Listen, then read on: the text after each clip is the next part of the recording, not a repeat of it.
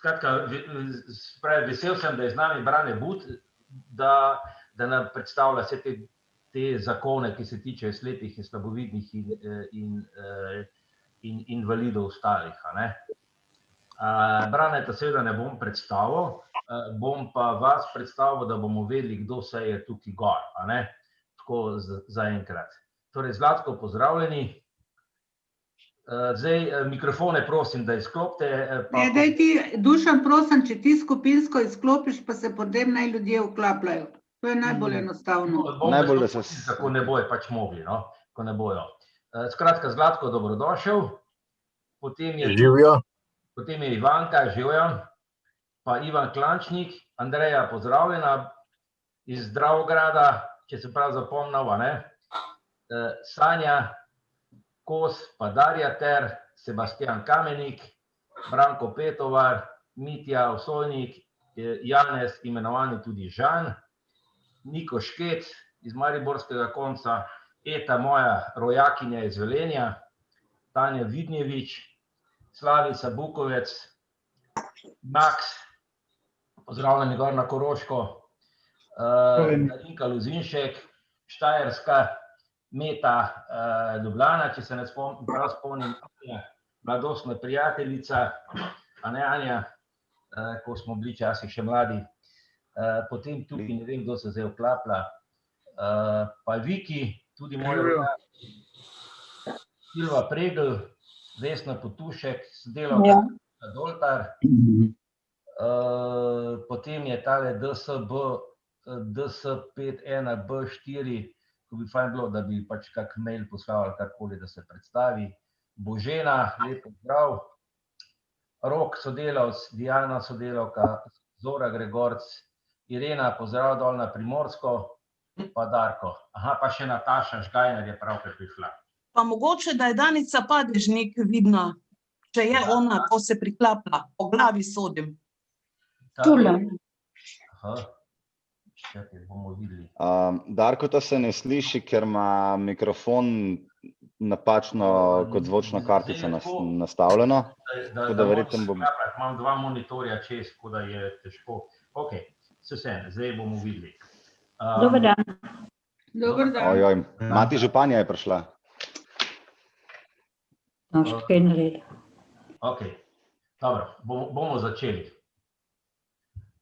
Kot sem že rekel, tokrat smo tretjič že tukaj skupaj. Zdaj obdelali smo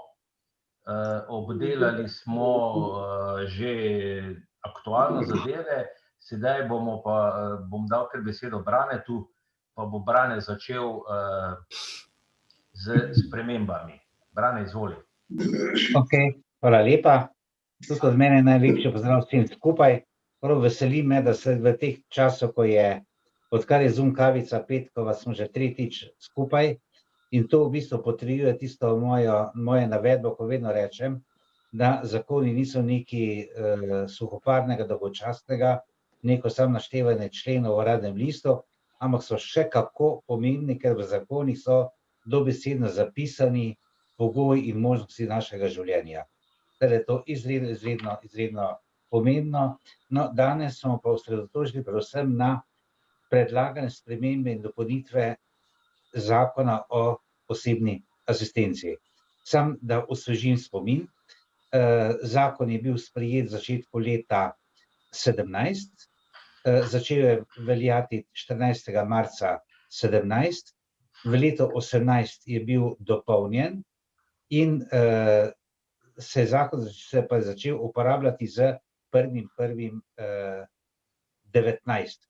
Morda samo še tole, da osvežim, da v letu 2010 smo že napisali takrat zakon o osebni asistenci, ki je na žalost obležal v predalu, četudi je določene stvari imel veliko boljše naštimane, kot so bile potem sprejete v začetku leta 2017.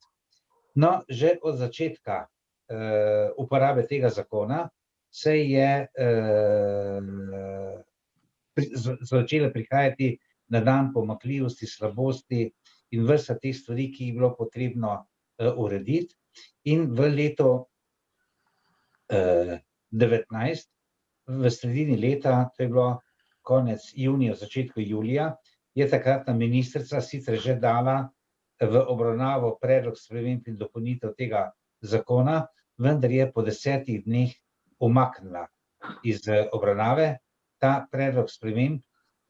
Jaz vsaj takrat smo imeli na socialni zbornici Slovenije en razgovor z njo in je rekel, da mi je prav žal, da je umaknila spremembe iz procedure, ker dalj časa se bo čakalo z spremembami, marsikaj bo težje popraviti, ko bomo potem videli tudi danes, ko bom našteval, kaj vse država namerava tukaj popraviti. Predlog sprememb je bil objavljen 24. decembra in je do 25. januarja v javni obravnavi. Predloge, pripombe, mnenja na te spremembe dopolnitve predlagane bomo dali tako iz naše Zveze društva slepih in slabovidnih Slovenije. Danes je naša prva taka širša obravnava te tematike. V torek je pa vodstvo zveze vabilo na sestanek predsednike društev, tajnike društev in pa koordinatorje oziroma te vodje osebne asistence.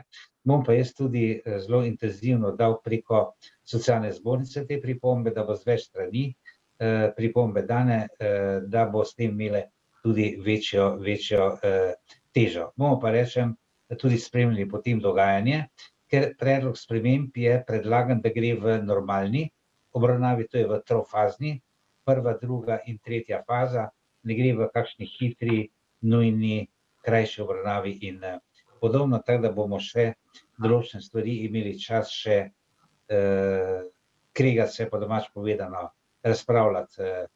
Določene stvari smo pa kregali, bomo videli zakaj naprej. Najlažje je pa zdaj seveda dati čim bolj tehtne pripombe že v tem času, ko je v javni obravnavi.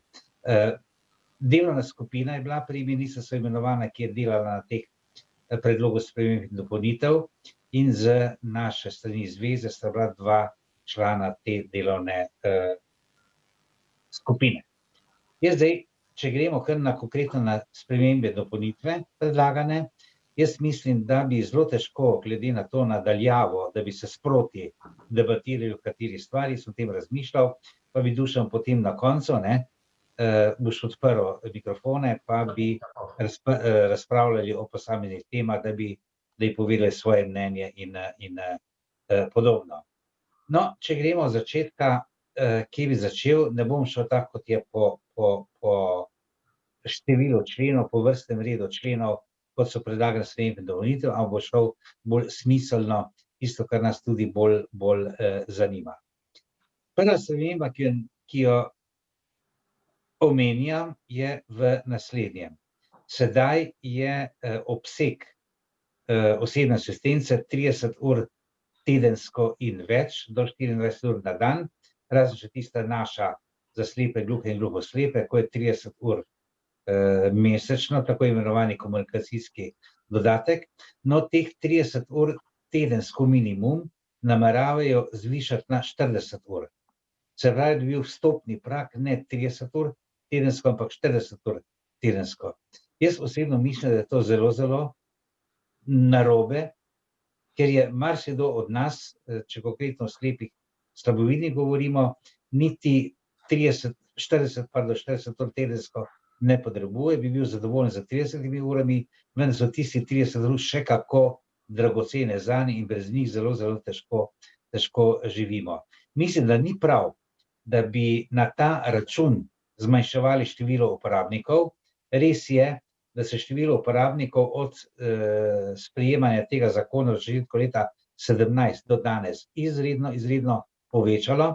Ob sprejemanju zakona so planirali število uporabnikov, da jih bo 300 do 400, tu nekaj vmes so planirali, je pa do danes uporabnikov že preko 2000.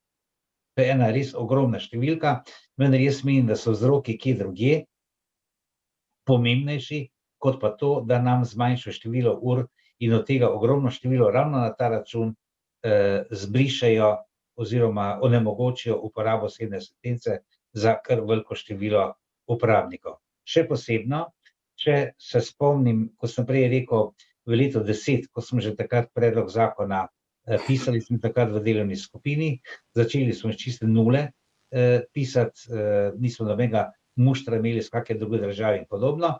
No, in za slepe in gluhe je bil takrat predvideno, da lahko smo koristniki osebne asistence tudi v obsegu do 10 ur tedensko.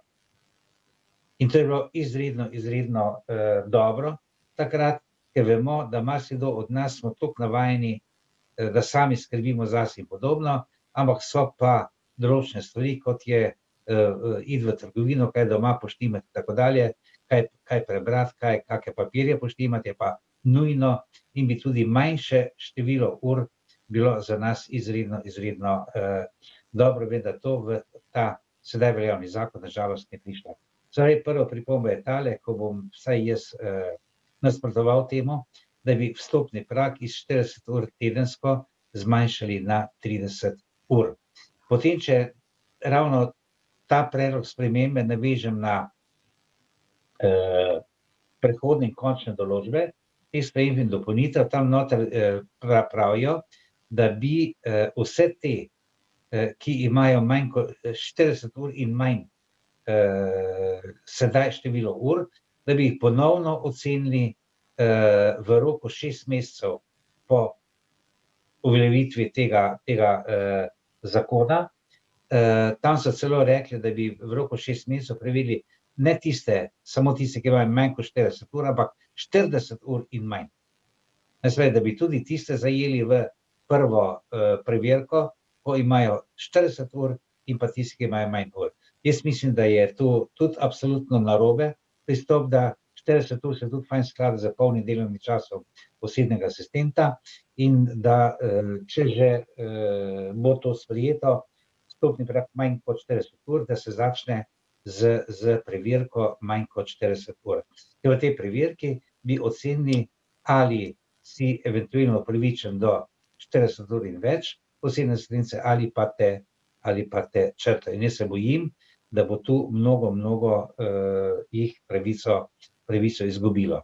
Še posebno, ker je, da ne vežem naprej, tale Zoja, ocenjevalna lestvica, je izredno neprilagojena ravno za senzorne invalide, za slepe, gluhe in gluho slepe, je bolj pisana na kožo gibalno oviranim vozičkarjem in podobnim. In se potem, da v naslednjo spremembo, predlog spremembe prišel na sestav komisije, ki pride k tebi na dom, ko daš vlogo na Centru za socialno delo, dobiš komisijo. Sedaj je urejeno tako, da imaš pravico zahtevati, da je v tej komisiji prisoten tudi predstavnik uporabnikov. Na nove pa mislijo to črtati in oblikovati skupino tehle izvedencev, ki bi hodili na domove pri Inštitutu Republike Slovenije za socialno varstvo, ne več pri Centrih za socialno delo, pri inštitutu, in želijo črtati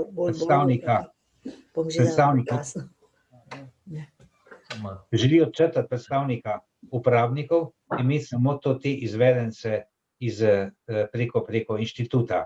Jaz pravim, da to absolutno ni prav, ker tisti, ki se ne spozna na slepoto, po domač povedano, nima veze, nima pojma o slepoti. Jaz sem to sam doživel, ko sem imel komisijo za osebno asistenco, da če ne bi bilo zraven Ivice Korošice. Ivica, si zraven? Lep pozdrav. Mislim, da sem prej slišal tvoje ime. Mutim, oziroma se mi potiša, tako da boš tako govoril. Ne pa sliši. Je bilo izredno dragoceno, da je bila Ivica zraven, ker smo v bistvu mi dopolnjevala drugega, kak je z družino, kako ona doživlja in vse skupaj poučevala tisto iz Centra za socialno delo, kaj je to slepota in kaj vse slepi potrebuje, da ne bom bolj podrobno o tem govoril, kar sami poznamo. Nekaj podobnega je tudi za ostale vrste invalidnosti in vem, da bomo vsaj jaz dal predlog, pripombe, da mora biti v komisiji, ki pride na dom, tudi predstavnik uporabnikov.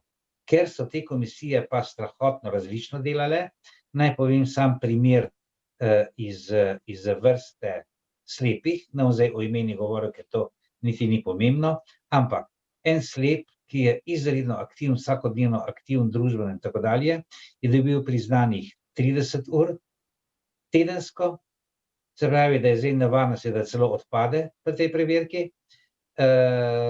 Po drugi strani je pa en od naših članov slepih, ki je pa upokojen, ki pa ni tako aktiven, še zdaleč ne v primerjavi z tistim prvim, je pa dobil 80 ur tedensko. Naj me ne zamerita, ne en kot drugi, saj nisem imena povedal, ampak to je lep primer, da imajo komisije strahotno različne kriterije in izredno nepravično, če ta izraz uporabim, dodeljujejo te točke oziroma te ure. Skratka, želijo črtati predstavnika uporabnikov in mislim, da je prav, da damo predstavnika uporabnikov tudi noter v komisijo, da je zraven prisoten. Nimam pa nič proti temu, da se to bolj strokovno uredi, da so res strokovno preverjeni, pripravljeni, da poznajo te stvari in da je njihov sedež pri Inštitutu Republike Slovenije za socialno varstvo. V samo starost nimajo namena posegati od 18 do 65 let. Moram samo, da spomnim, ko mislim, da sem decembra o tem govoril, da kaj predvideva zakon o dolgotrajni oskrbi, ki se že dela od leta 2001, eni govorijo 15 let, eni 10 let, ampak jaz vem, da smo na prvem sestanku o osebni asistenci, imeli smo ga na Brdo v jeseni 2001 in 2002 je gospod Toš, poznate to ime z zdravstveno zavarovanje, je prvi predlog zakona napisal.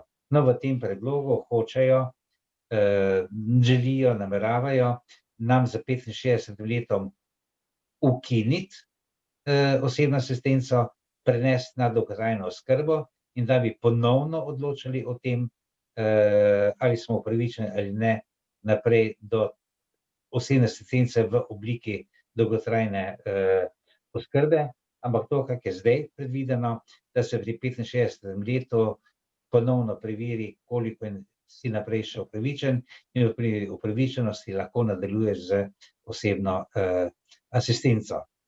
V same storitve niso posegali v teh 5 sklopov, to je osebna pomoč, gospodinjska pomoč, spremljanje, pomoč pri zaposlitvi in vzdrževanju in pa 5. sklop komunikacija. To niso posegali noter. Potem to 18 let so tudi pustili, s tem, da je zdaj so napisano, da lahko da nekdo vlogo prošnje za osebno asistenco najprej 2 meseca pred 18 letom starosti. Kaže, da so zdaj že tam 15, 16, 17 let stari vloge, ne vem, da so dali to v predlog sprememb in dopolnitev. Naslednja zelo bistvena sprememba je, bom pa na koncu tisto prišel z našim sofinanciranjem delež dodatka za pomoč in postrežbo, je poseg sprememba pri izvajalcih osebne asistence. Sedaj so izvajalci lahko invalidske organizacije, zavodi in tako dalje in med drugim tudi samostojni podjetniki. Samostojne podjetnike bojo črtali popolnoma, razen če kdo skozi SP je sam osebni, kjer pa bo tudi omejitev, da lahko dela samo 40 ur tedensko oziroma kakšna nadura v okviru zakona o delovnih razmerjih, ne pa, da bi sam delal 2 šihta, po domač povedano in podobno, kot se kaže v praksi, kdaj tudi izvaja. SP bojo črtali. Jaz mislim, da je res, da je marsikomu sicer prav prišlo, tudi iz naših vrst poznamo, ko so odpirali SP-je, vendar če pogledamo pa drugo plat medalje, pa res tole, da SP-ji so po svoji definiciji profitabilni. SP dela zaradi dobička in ne more biti neprofitabilen, nedobičkonosen SP, Osebna asistenca se pa izvaja kot nepridobitna dejavnost, SP so pa pridobitne, to dvoje skupne gre in se v praksi pojavilo, da so se SP izredno razmahnali, celo taki so po SP po Sloveniji, ki so bili prej mizarji, ki so bili taksisti, ki so bili ne vem kaj in ki pojma o pojmu nimajo ne invalidih, ne o osebni asistenci in so pričeli izvajati, ker je pa res, da je še posebno do sprememb pravilnika, ki je majčkeno to omejil sredstva, se je zelo veliko sredstev bilo omogočeno pridobivanje preko izvajanja osebne asistence. Recimo povprečna višina stroška na enega uporabnika osebne asistence pride državo 3884 evrov. In če ima kdo 2-3 osebne asistente, se to potem kar veliko pridobi tudi skozi posebno ta SP. No, SP bojo tukaj črtali iz glavnih razlogov, ko sem rekel, da je SP pridobitna dejavnost, izvajanje osebne asistence pa mora biti nepridobitno. Pri sami izvajanju drugih ni takih sprememb, je pa bistvena sprememba pa pri tem, kdo je lahko osebni asistent. Do sedaj je bilo, da je lahko osebni asistent oseba polnoletna, ki ni pod skrbništvom, ki ni bila kaznovana za dejanja zoper spolno nedotakljivost, diskriminacijo invalidov in podobno. Izobrazba pa to ni bila, ampak doslej je bilo možno, da so osebni asistenti tudi družinski člani invalida, se pravi tisti, ki so bili družinski pomočniki. In je ogromno družinskih pomočnikov, preko tisoč, ki so bili prej družinski pomočniki, so se pustili status družinskega pomočnika in so šli v osebno asistenco.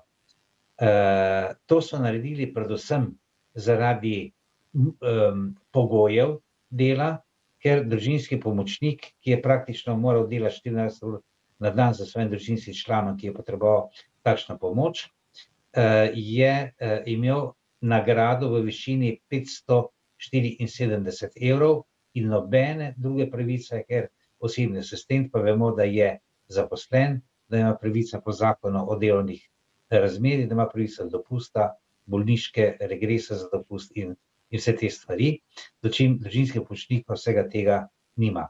Vendar, zdaj pa predlagajo, da ker do sedaj po sedanjem zakonu je bilo neomejeno število družinskih članov, so bili lahko osebni asistentje in recimo nekdo, član družine, bil toliko težek invalid, da je rabil 24 ur na dan osebno asistenco in so bili 3 družinski člani, recimo žena in 2 otroka so bili njegovi osebni asistentje, pa če še SP odprl, je po eni strani zelo velik prihodek bil, po drugi strani je pa osnovni namen osebne asistence je drug, kot je pri statusu družinskega pomočnika. Pri družinskem pomočniku je osnovni namen, da se invalidu pomaga, da ostane doma čim dalj in da ni potrebno, da gre v zavod, dom za ostarele in podobno. Namen osebne asistence je pa vključevanje invalida v življenje, delo v času njegovega najbolj aktivnega obdobja, da se čim bolj enakovredno kot drugi počuje, dočim pri družinskem pomočniku je pa to drugače, kot sem rekel. Namen, predlog spremembe je, da bi lahko bil samo eden od družinskih članov osebni asistent v takšnem primeru, drugi pa, če bi želel imeti osebne asistente, bi pa lahko bili oziroma bi morali biti drugi od zunaj, da tako pogojno rečem, osebni asistentje, ne pa 2, 3, 4 družinski člani. Jaz osebno tudi podpiram to spremembo osnovnega, razloga, kot sem prej rekel, da namen asistenta čisto drugo, kot pa pri družinskem pomočniku, in če so vsi, ki so bili družinski pomočniki, zdaj osebni asistentje, se za tega invalida ni popolnoma nič spremenilo, v smeri povezovanja z okoljem, družbenim, državnim življenjem in tako dalje. To je sprememba pri možnosti, kdo je lahko osebni asistent. Potem so določene spremembe pri nadzoru. Zdaj bo delovna inšpekcija, poleg ostalih inšpekcij, delovna inšpekcija nadzorovala, kar se tiče tega delovnega razmerja, osebni asistentov, delovni čas, kaj dela in tako dalje. Potem je pa sprememba, no, na plačilo bom zadnjo pustil, je pa sprememba, to bi pa že prej lahko povedal, pri dokazovanju potreb po osebni asistenci. Zelo tako urejeno, kot se vi sami spomnite, da z nikakršnim papirjem nisi dokazoval, da ne vidiš, koliko ne vidiš in kaj vse potrebuješ. Ti si samo komisiji povedal, ko ste sedeli za mizo, kaj želiš, kaj potrebuješ, on je šla po tiste ocenjevalni lestvici skozi in so te točkovali.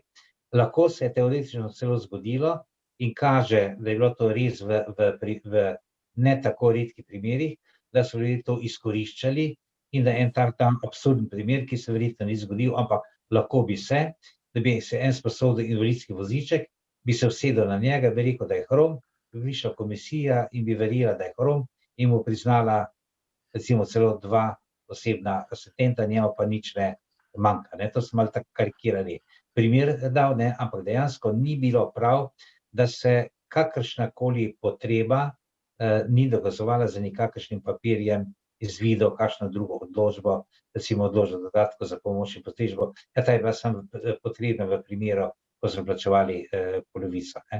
To je bilo tole, da treba dokazovati potrebo po osebni asistenci. So še ene take bolj iz pravnega vidika, ki vas ne bi verjetno direktno zanimale, razen če je bilo potem kakšno vprašanje, ker v vseh teh spremembah mislim, da je bilo to dolgocajtno, da imeli kot predavanje. Bi pa na koncu pa pustil sofinanciranje osebne asistence iz strani uporabnikov osebne asistence. Zdaj vemo, da je v 26. členu zakona določeno, da uporabnik osebne asistence, če ima oziroma ki ima kakršnokoli obliko dodatka za pomoč in postrežbo, ker tam se v drugih zakonih tudi malo različno poimenuje, ampak mi to smatramo kot naš dodatek za pomoč in postrežbo, da prispeva polovico dodatka za pomoč in postrežbo za stroške osebne asistence. To je pa že dolgo vrsto let, odkar je bilo to sprejeto, dajmo pripombe, da je to ne samo krivično, ampak diskriminatorno do nas, do slepih in pa tudi ne, do gluhih, niti ne bom pa gluhih potem povedal, zakaj ne, ampak izrazito diskriminatorno samo do slepih, ker moramo plačati to polovico dodatka za pomoč in postrežbo v vsakem primeru. Tisti slep, ki ima recimo dodatne motnje, ki potrebuje osebno asistenco 24 ur na dan, ki ima recimo 4 osebne asistente, da mu pokrivajo vse 24 ur na dan. Hvala. Kavico so mi prinesli. Se oproščam. Upam, da jo ostali tudi že imate. Ki ima pomoč in ki jo potrebuje 24 ur na dan, plačuje polovico dodatka za pomoč in postrežbo, saj je v našem primeru 150 evrov, pri njemu pride 1 ura, mislim, da 20 centov na uro, sam prispeva zraven, pa še tole je, da se človek vpraša, zakaj potem še potrebuje, da mu ostane druga polovica dodatka za pomoč in postrežbo, če ima z asistenco v celoti zadovoljene vse svoje potrebe 24 ur na dan. Po drugi strani pa mi, ki imamo tisti z naši slepi, ki pa imajo tako imenovani komunikacijski dodatek, to je pa tisti 30 ur mesečno odobrene osebne asistence, je pa to 1 ura na dan in mora za 1 uro na dan enako plačati kot tisti, ki ima 24 ur na dan asistenco, to pa pride za teh 150 ur, 150 evrov, pride 5 evrov na 1 uro.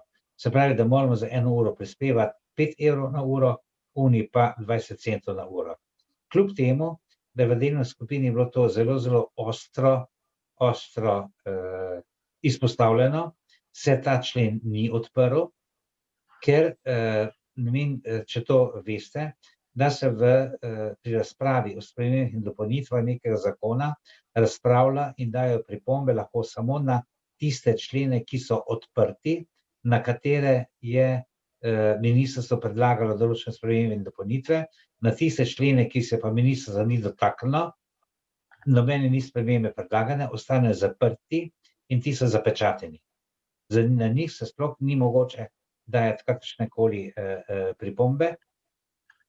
Smo pa vseeno iz strani zveze poslali eno zelo ostro pismo ministru za delo, družino, socialne zadeve in enake možnosti, razposlali tudi drugim varuhu človekovih pravic, zastopniku pravic invalidov in tako dalje. Vrsto tem smo poslali in zahtevali razgovor, da se odpre ta člen in da se ta krivica popravi, se pravi, da se vnese noter sorazmerni del plačila, sorazmerno višino dodatka za pomoč in postrežbo polovica kot vsi drugi. To jaz mislim, da sem uspel, mogoče sem še kaj potem spomnil, kakšne spremembe dopolnitve, ki je predvidena, ampak za naše vsakdanje življenje, za uporabo nas kot invalidov te osebne asistence, mislim, da povedal vse te najbolj bistvene. No, so še spremembe, recimo, da bo, samo da jih navedem, da bo osebne asistente in uporabnike osebne asistence lahko izobraževal izvajalec osebne asistence, vendar samo tisti, ki tu izvaja najmanj 4 leta. Zdaj, te omejitve ni bilo, za tiste, ki pa dela manj kot 4 leta, bo pa to nalogo usposabljanja asistentov in uporabnikov, pa bi naj izvajala socialna zbornica. Meni osebno se zdi to neumno, da bo zbornica flikala v tisti primeri, ko sami izvajalci ne bojo mogli, jaz pravim, ali en ali drug, ne pa bomo skakali drugemu v zelje. Potem so bolj zaostreni pogoji za izvajanje, izvajalce osebne asistence. Zdaj je lahko izvajal, če ima najmanj 5 uporabnikov, po novem najmanj 10 uporabnikov, potem, če bo imel najmanj 40 uporabnikov, bo mogel imeti pomočnika za izvajanje usklajevalca, za vsakih nadaljnjih 20 novega usklajevalca, novega pomočnika. Vemo, da tudi Slovenije iz naših vrst, da imamo ogromno število primerov, ko en izvaja, skratka, da so tudi tukaj določeni pogoji bolj na ostro, bolj izpostavljeni. Se pravi, da smo pri izobraževanju ali socialna zbornica, ali inštitut za socialno varstvo, ali pa sami izvajalci, skratka, tudi tukaj bo še debata. Jaz mislim, Dušan, da sem uspel najbolj bistvene te spremembe povedati, da sem tudi tako bolj življenjsko povedal, pa mislim, da bi lahko zdaj odprli razpravo. V redu, Brane, hvala. Tole je bilo super, še zame. Tudi zelo povedno in zelo izčrpno. Jaz sem samo ene 2 stvari se mi je tako zdelo, tukaj govorimo o neprofitni dejavnosti pa o profitni dejavnosti, strani. Zdaj, kolikor se spomnim, jaz pred leti so me nekje v Angliji so me naučili, da pravzaprav se ta zadeva lahko tudi gre v profitno dejavnost, ampak je treba ta profit potem vlagati v neprofit, bomo rekli. Tukaj se to ni razmišljalo v tej smeri. Ja, ampak... Razumeš, kaj si ti hotel vprašati? To je prav, vse prav, da si vprašal. To je res, če gre za nepridobitno dejavnost, mora ves dobiček vlagati nazaj v izvajanje dejavnosti ali vrniti financerju. Marsikdo je za leto 2019, eni so kar krepke vsote vrnili financerju, vendar zakonska ureditev SP-jev v Sloveniji ni takšna, da bi jim omogočila, da izvajajo nepridobitno dejavnost. Zelo preprosto.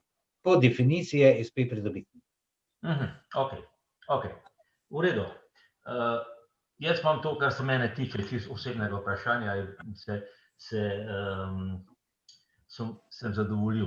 Zdaj, jaz sem vas utišal, tako da bi zdaj za začetek bi pa jaz dal besedo kar Karolini Doltar, da se vklopi, ker ti pač tukaj zdaj izvajaš to osebno asistenco, pa bi mogoče ti povedala, Karolina, kako to pri nas počnemo in kaj pravzaprav pomeni te spremembe. Izvoli. Lep pozdrav vsem. Jaz mislim, da na spremembe moramo zares še počakati, da bojo sprejete, da bomo šele takrat videli, kaj bo to zares v praksi pomenilo.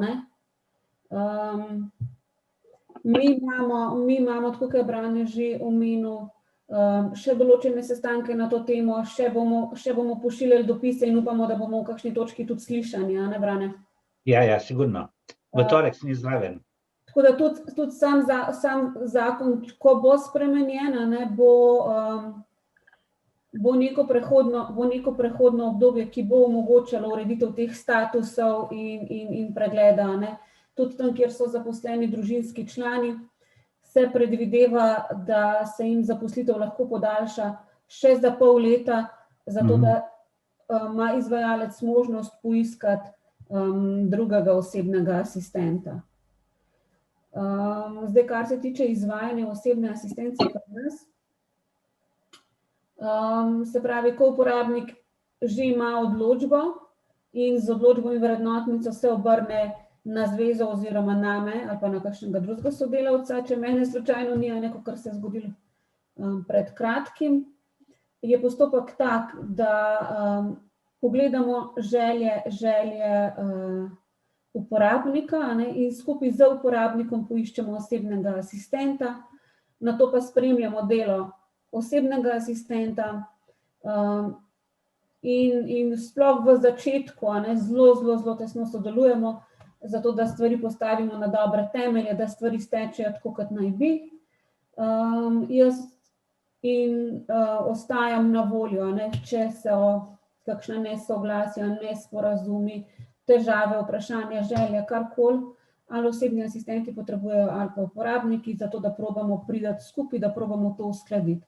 Ker jaz vidim osebno asistenco kot en tak trikotnik, v katerem sodeluje tako uporabnik, osebni asistent kot tudi izvajalec. Pomemben del je tudi izobraževanja, Brane, včeraj sva se tam družila, ker se mi zdi, da za kvalitetno delo na vseh straneh moramo pa tudi vedeti, kaj pa zakaj počnemo. Tako na hitro. Koliko pa imamo mi teh asistentov? Prosim? Koliko pa imamo mi teh asistentov, če ni skrivnost? Zdaj jaz v številkah ne bi, ker se tudi te številke dejansko spreminjajo od meseca do meseca, odvisno je tega, koliko imamo nadomeščanj, dopustov in takih stvareh. Je pa zmeraj tako, da za konkretnega uporabnika iščemo konkretnega asistenta. In zmeraj iščemo asistenta v soglasju z uporabnikom, ne glede na to, če gre za nadomeščanje dopusta samo recimo ali pa bolniške, v vsakem primeru vedno z soglasjem uporabnika oziroma usklajeno. Ja, to sem videl, tole mi je kar praktično, tako kot si rekel Brane, zdaj gre v to varianto, da je pravzaprav zaposlovanje, tako kot rečimo, imamo mi, moramo biti 8 ur v službi, tako imajo tudi oni, zdaj sem zgubil tisto zadevo, se pravi, gre za, ne vem, 65, sem gledal. Dušan, ne prosti, ampak malo slabo se te sliši. Ja, to je problem, jaz upam, da bomo malo zrihali ta moj mikrofon. Skratka, tukaj gledam, da v bistvu pomeni zaposlovanje praktično 500 ur v koledarskem letu, ne? 500 ur je mišljeno za nadomeščanje, Tako. Drugače je pa zaposlitev odvisna od odločbe, ki jo uporabnik ima oziroma od potreb, ki jih uporabnik ima. Še nekaj mi je bilo zanimivo, ne? Ta zakon zdaj tudi pravi, da če ima več kot 10, rabi strokovnega vodjo, ne? Zdaj tega ni bilo do zdaj, ne? Strokovni vodja mora biti če imaš več kot 5 uporabnikov že v tem trenutku. Ki je bilo zdaj, ja. Zdaj bo pa 10, ne? Zato, ker bo tudi zdaj 10 minimum za vpis v register, ne, to je zdaj s tem povezano. In zdaj tudi ne bo več možno imeti izvajalca brez strokovnega vodja, ne, ker bo pogoj je hkrati 10 uporabnikov in strokovni vodja. Ja, razumem, ja. Do zdaj pa se je zgodila, ne, da pa sploh pri SP-jevcih ni bilo nobenega, ne vem, strokovnjaka, da jim rečem na rekovajih v zadnji. Ja, razumem, ja. Je pa zanimivo, Izvoli. Dušan, je pa zanimivo, če lahko na to navežem eno od predlaganih sprememb, da tisti, ki bojo izgubili status izvajalca, tisti, ki ne bojo od 5 šli na 10 ali pa SP-ji, piše v predlogu teh sprememb, da še mora sam izvajati 2 meseca osebno asistenco in da mora sam izvajalec, ki izgubi status, poiskati svojim invalidom in osebnim asistentom novega izvajalca. Jaz mislim, da je to absolutno nesprejemljivo, ker SP, njemu se bo fučkal. Da bi, če izgubi SP, bo adijo, on se bo, sem prepričan, trudil, da bi rešil situacijo svojih uporabnikov asistentov. Jaz bom predlagal, da bi na tem področju morali aktivirati koordinatorje za socialno varstvo na centrih za socialno delo. On pozna vse primere, je lahko tudi nadziran in tako naprej in on bi moral tukaj imeti bolj aktivno vlogo. Ne pa tisti SP-je, ko izgubijo status. Jaz bi zdaj prosil Štefana, da se vključi čisto za to, da malo pove, kako zdaj zveza, kakšne aktivnosti delujejo v tej smeri. Potem bom pa prosil vas, dragi udeleženci, da boste malo povedali svoje izkušnje z to osebno asistenco. Pa tudi kakšna vprašanja boste postavili. Štefan, ali se sliša? Ja, se slišimo. Hvala za besedo. Mi na zvezi seveda zelo intenzivno spremljamo že ves čas pravzaprav to osebno asistenco in seveda, ne vem, jaz sem se malo kasneje vključil noter, ampak tudi če ponovim to, kar je mogoče Brane že povedal, osebna asistenca v osnovi ni bila sprejeta po rednem postopku, tako kot se pač zakoni po navadi sprejemajo. Skratka, šlo je za zakonski predlog v poslanski skupini NSI, kar pomeni, da ni neko pristojno ministrstvo pripravljalo podlage, pa potem predlog zakona ga usklajevalo med, ne vem, resornimi ministrstvi in z zainteresirano javnostjo v neki javni razpravi. Tako da je šlo relativno hitro čez postopek v Državnem zboru. In seveda mi smo že takrat opozarjali na določene anomalije, o katerih je tudi danes Brane govoril, oziroma ki so zdaj predmet sprememb in dopolnitev. In na Zvezi slepih so nas ves čas tolažili in umirjali, češ bodite potrpežljivi, tako ali tako bo prišlo do sprememb in dopolnitev in bomo vaše pripombe takrat reševali. Tako da mi smo se obnašali kot relativno vzoren otrok, nismo delali nekih nemirov, pa to, ne vem, prebijali nekoga na križ, ker smo dejansko verjeli, da bomo uslišani z našimi pripombami, ki jih mi dajemo že od leta 2017. Govorim predvsem o polovici DPP-ja, govorim o komunikacijskem dodatku in tako naprej. In zdaj seveda, ko je bil objavljen predlog sprememb in dopolnitev in smo videli, da 26. člen konkretno ni odprt, se pravi, da debata o višini prispevka uporabnikov sploh ni predmet sprememb in dopolnitev, smo mi zelo ostro protestno pismo pisali na Ministrstvo za delo, ministru Cigler Kralju. in smo takoj zahtevali sestanek, na katerem smo potem nagovorili to našo bolečino in smo v tem protestnem pismu tudi napovedali, da bomo šli v ustavno presojo te ureditve. A se razumemo? Se pravi, če ne bodo odprli 26. člena konkretno in v nekem sorazmernem deležu določili prispevek uporabnika za 30 ur na mesec, oziroma konec koncev tudi debata okoli najnižje urne postavke, če govorimo o odločbi za 40 ur na teden, da pač enostavno smo mi mnenja, da gre za diskriminacijo med različnimi skupinami invalidov. Namreč participiramo na istih storitvah, ki so opredeljene v zakonu, in višina prispevka je pač diskriminatorna v tem primeru. Če ima nekdo 24/7 osebno asistenco, to pomeni v povprečju 730 ur na mesec, in če nekdo prispeva, dajmo reči, polovico od najpogostejšega DPP-ja, to je 150 evrov, je njegov prispevek na uro 20 centov. V primeru, da ima slep komunikacijski dodatek, se pravi 30 ur na mesec, je njegov prispevek o prejemanju istega DPP-ja 5 evrov na uro. Konc. To je diskriminacija.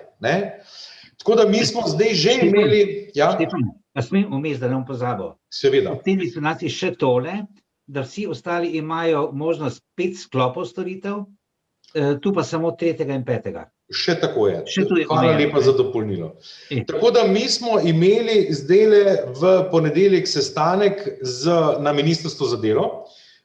Žal nas ni sprejel gospod Cigler Kralj, ker je bil v Metliki v domu starejših občanov in je predstavljal nov investicijski cikl v dome starejših občanov. Ampak govorili smo z državnim sekretarjem, magistrom Uršičem, in debata, odkrito rečeno, je bila izredno ostra. Nekje na polovici sestanka, ki je trajal 45 minut, je gospod Uršič v jezi hotel prekiniti sestanek, ker je rekel, da ga pač mi ne bomo izsiljevali in mu tudi ne bomo grozili. Tako da na koncu smo pač malo znižali ton, poskušali smo kljub temu civilizirano zaključiti sestanek, kot se temu reče.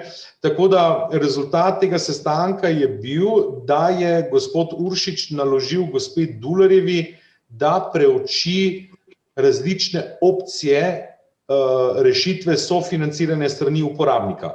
In zdaj seveda država razmišlja ne nujno vedno v korist uporabnika, a se razumemo, država ima svojo agendo, ima svoja finančna sredstva, tako da, ne vem, gospod Uršič je na sestanku navrgel zelo ekstremne rešitve, od tega, da se vzame v celoti DPP, ne glede na to, kaj imaš odobreno, češ po principu, s tem, kot mi damo osebno asistenco, si zadovoljil tvoje potrebe in ne potrebuješ dodatnega denarja, do tega, da bi pač, ne vem, ljudem ostalo celo več denarja, kot je v tem trenutku določeno. Tako da težko rečem, kaj bodo pripravili na Direktoratu za invalide.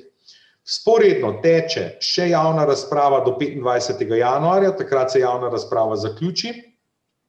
Mi smo že napovedali seveda naš predlog sprememb in dopolnitev in drug teden v torek, 19. januarja, imamo interni posvet medobčinskih društev, se pravi predsednikov, tajnikov, strokovnih vodij osebne asistence, in bomo seveda poskušali oblikovati naše pripombe, ne zdaj samo na člen, ki ni odprt, ampak tudi na vse ostale člene, ki jih je gospod But pripravil, tako da mi bomo svoje delo opravili.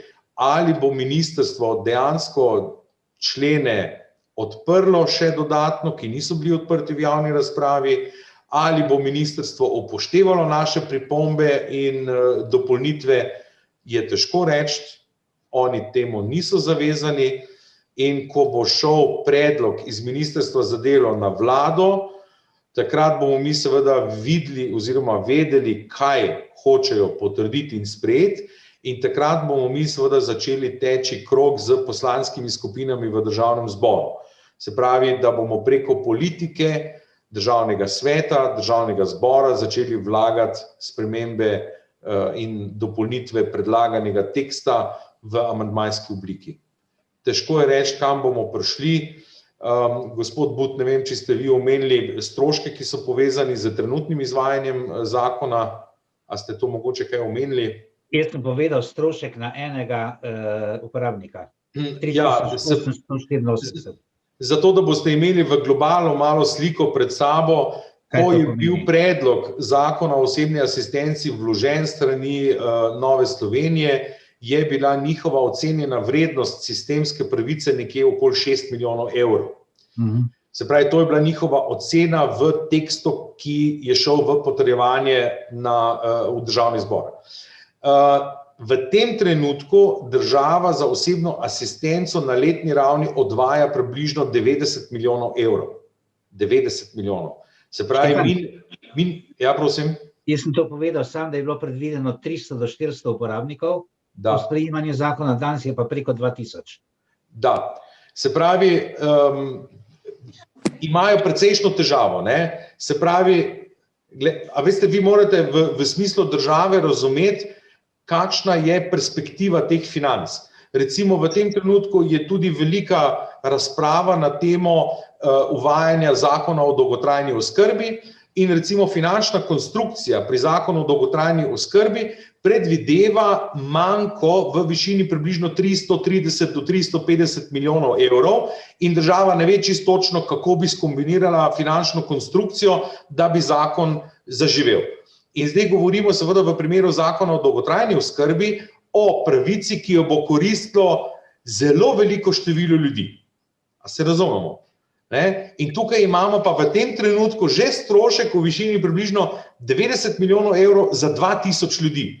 In seveda mi vemo, da je to storitev, ki je zelo, zelo draga, zelo dobra, zelo kvalitetna, koristna, mi jo potrebujemo, je pa relativno draga iz stališča države. In zdaj seveda oni iščejo način, kako zmanjšati število uporabnikov, kako zmanjšati število izvajalcev, kako, a se razumemo, oni iščejo varianto, kako finančno oklestiti to pravico in na drugi strani seveda ne morejo več potegniti duh nazaj v steklenico, ali pa kako bi človek drugače opisal. Se pravi, osebna asistenca je dejstvo, mi se temu ne bomo odpovedali in zdaj poskušajo najti varianto, kako preživeti. Pustiti pravico in finančno preživeti. Jaz upam, da nisem bil predolg, tako da z veseljem bom še z vami ostal, če bo kakšno vprašanje.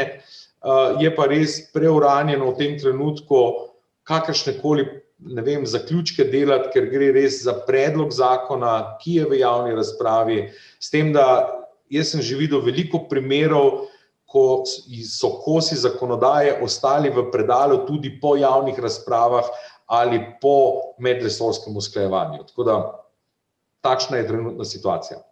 Hvala. Štefan, a bi hotel povedati, kakšne argumente je Cveto Uršič navajal, da ostane 26 člen nedotaknjen? Štefan. Ja. Kakšne argumente je Uršič navajal, češ da naj ostane 26 člen nedotaknjen? Kak je to argumentiral? Oni so delno težavo, o kateri sem zdaj govoril, uredili z spremembo pravilnika in z spremembo metodologije izračuna vrednosti ure. Če se spomnite, je pred 1. oktobrom lansko leto ura osebne asistence bila ovrednotena na 19,99 evra. Oni so zdaj metodološko tako spremenili izračun, da je vrednost osebne asistence na uro 13,85. Se pravi 13,85 evrov. In očitno so delno zadovoljili opozorilo Ministrstva za finance in so rekli, to je preveč boleča točka, pustimo to na miru. Bomo raje reševali nižanje stroškov z nižjim številom uporabnikov in tako naprej. Skratka, hoteli so, ne vem, očitno bi se tukaj odprlo več stvari, kakor jih imamo mi v tem trenutku, željo odpreti. Da naših argumentov nočejo razumeti. Ne, Ne. Zdaj jaz samo ne vem, Štefan, če sem jaz narobe razumela, ura pred oktobrom je bila 15,99, 14,99, ne 19. Ja, se upravičujem, če sem to narobe rekel, se upravičujem. 14,99 je bila vrednost pred 1. oktobrom, po 1. oktobru pa 13,85. Pri čemer še vedno je to skupen strošek ure, ne? Se pravi, država ne refundira celotnih 13,85, ampak je treba tukaj dodati noter polovico DPP-ja od uporabnika, ne? Tako da država refundira manj, ne 13,85, ampak ne vem, 13 evrov ali pa še manj. Ne? V redu. Zdaj bi pa jaz, se pravi, bi se zahvalil Branetu in Štefanu pa Karolini. Zdaj bi jih pa dal v bistvu vse tri, pa bomo rekel, na en pranger. Se pravi, dajte jih kaj vprašati. In seveda lahko bi pa tudi kdo povedal o kakšni osebni izkušnji, a ne? Zdaj ne vem, da ne bomo vsi se zagnali, bi prosil, da, jaz sem vas vse utišal, a ne, zdaj bi pa prosil, da pač nekako kdo, če bi hotel, naj nekako, bom rekel, roko dvigne. Bomo rekli takole, no, zdaj sicer jaz vas ne vidim, ampak... Alt pa Y je dvig roke. Kako? Alt pa Y je dvig roke na Zoomu. Ja. Ok. To pa dajmo, no, če bo kdo probal. Kdo bi še kaj povedal, no? Ja, jaz sem že dvigla roko, pa nič ne vidiš, zgleda. Hitam se, Dušan. Hitam. Jaz sem si zapisoval, ja. Ja. Ampak to je poklicna bolezen, med slepimi delam, ne? Ja, se vem. Brane, jaz bi imela dve vprašanji. Ja. In sicer prvič, ali bomo mogli tisti, recimo, ko imamo zdaj 30 ur, a ne, potem ponovno dati vlogo, ali bo to pač ocenjevali po uradni dolžnosti, ker tam sem nekaj brala, da bojo ocenjevali po uradni dolžnosti. Ja, kompletno vsi primeri bojo revidirani, ponovno ocenjeni po uradni dolžnosti. Se pravi, brez vlog? Ja, po uradni dolžnosti, eni v 6 mesecih, eni v 2 letih, to je zdaj različno, ampak vsi po uradni dolžnosti. Bojo pa vsi ponovno pregledani, ne samo oni z manjšim številom ur. Ok. Pa drugo vprašanje, se pravi, vse to je logično, sam prepričati se hočem. Ja. V tem prehodnem obdobju, se pravi, za čas trajanja, ne vem, je to 6 mesecev ali pač dokler ne bomo ponovno ocenjeni, bomo verjetno še vedno upravičeni do asistence, a ne? Sigurno da, pri čemer je pa ena napakica noter, jaz bom jo opozoril v svojih pripombah, da ponekod piše po izdaji odločbe celo, da pritožba ni možna, se mi zdi, da piše, ne? Ja, res je. Vsako odločbo je možna pritožba in mora biti sprememba po pravnomočnosti odločbe. Ne pa izdaja odločbe, tako da imaš prav.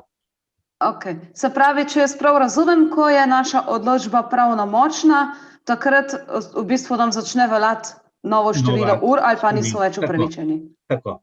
Ok, hvala. Hvala, Anja. Sebastian, ti si tudi nekaj roko dvigoval. Da ni? Dobro.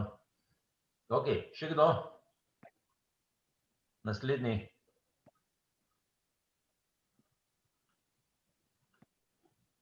Kakšna tišina. Ne, pa tišina. No, pa zdaj ti Mitja. Zdaj so verjetno udeleženci polni misli. Ja. Aha, Branko, izvoli Branko. Lep pozdrav, se slišimo? Ja, Branko, lep pozdrav, dolgo se nismo slišala. Živijo. Malo se moram oglasiti, ker smo mi imeli pa včeraj aktiv na skupnosti Centra za socialno delo oziroma prek Zooma, ravno na pripombe na sam zakon.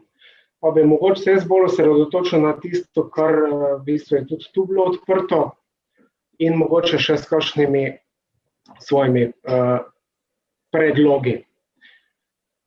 Če gremo na začetek na teh 30 nesrečnih 40 ur, moj predlog ministrstvu je bil še pred tem, ko se je ta zakon odprl, da je treba spodnji prag v bistvu brisati, zato ker če je osebna asistenca, sicer jaz iskreno povem, sem sicer koordinator invalidskega varstva, ampak jaz ne vem oziroma ne razumem definicije osebne asistence.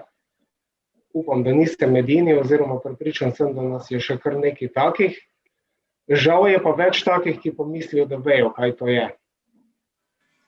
Zakon je namreč tako napisan, da ubi Bože. Zato je bil moj predlog, ker izhajam pa iz tega oziroma pobral sem pa ven iz osebne asistence, da je to neodvisno življenje, pomoč pri samostojnem življenju, pomoč pri aktivnostih. Je moj razmislek ta, da več kot 120 ur osebne asistence je absolutno že oskrba, ki je sicer drugje ni, zaenkrat v taki obliki, zato to začasno sprejemam. Ampak samo ob pogoju, da se spodnji prag črta. To mislim, jaz pač izhajam ne iz tega, da smo slepi, pa smo na vozičku, pa smo to, pa smo ono. Ampak, če je že ta definicija tako splošno postavljena, kar ima lahko tudi neke prednosti, seveda, ne, potem ne smemo dovoliti, da se kogarkoli izključuje. Omenjen je bil dodatek za pomoč in postrežbo. Moj predlog je bil takrat, to je čist seveda bilo vse neuradno, zdaj ga pa niti nismo omenjali, ker ta člen je zaprt, je bil, da bi za vsako uro,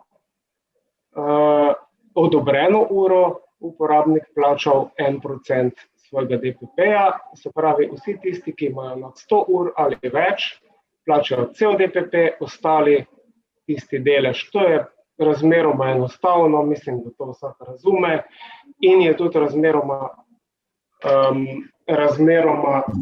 sorazmerno, razen za tiste, ki imajo 100 ur pa 168, ne? Tam pač je razlika.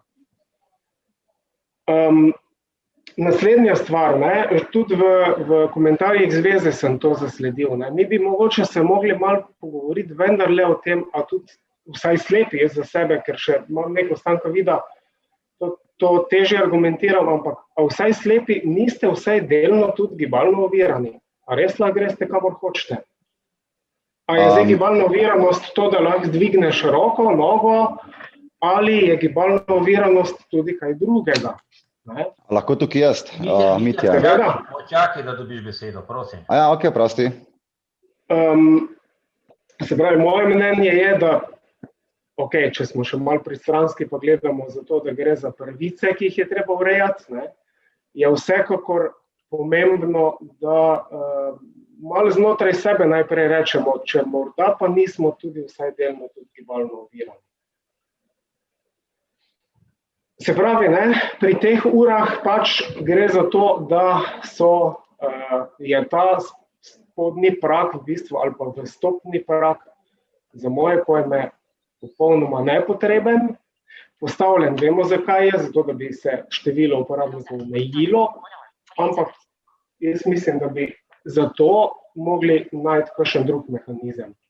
Eden od teh je recimo vrste in stopnja invalidnosti, tisti, ki je zelo podrobno šel v pregled tega zakona, je opazil, da pri vlogi ponovno bo potrebno priložiti dokazilo oziroma potrdilo vrste in stopnje invalidnosti.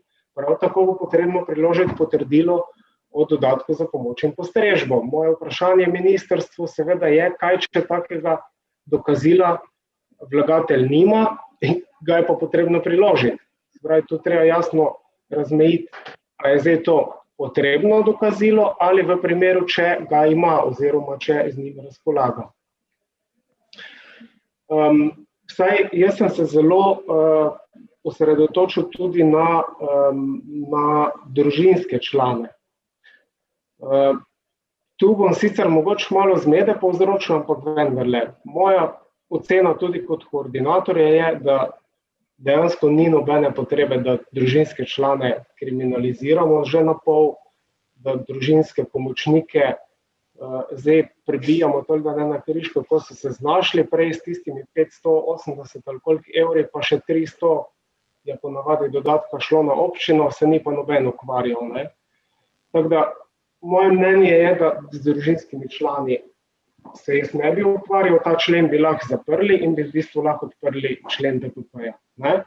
Ker to je v bistvu samo izgovor, oni so odprli tiste člene, ki se jim zdijo ok, in tiste člene, pri katerih so zaslutili, da bojo vsaj v večini šli skozi, seveda se jim je odprl ta vstopni prag, ker tudi mislim, da ni neke posebne, kolikor imam jaz izkušnje, razen slepih, pa mogoče nas kot koordinatorjev, ni neke posebne panike, ne. Ni se pa odprlo definicija osebne asistence, ki je meni nerazumljiva, pa še kaj drugega. Sicer je pa tako, če pa že posegamo v družinske člane in v omejitev, je pa moj predlog bil ta, da bi lahko bil družinski član šele kot tretji asistent. Se pravi, ne da lahko enega družinskega člana samo zaposlimo, ampak da sta najprej dva, oni jim rečejo v tej obrazložitvi tretje osebe, potem se pa lahko vključi družinski član. Argument?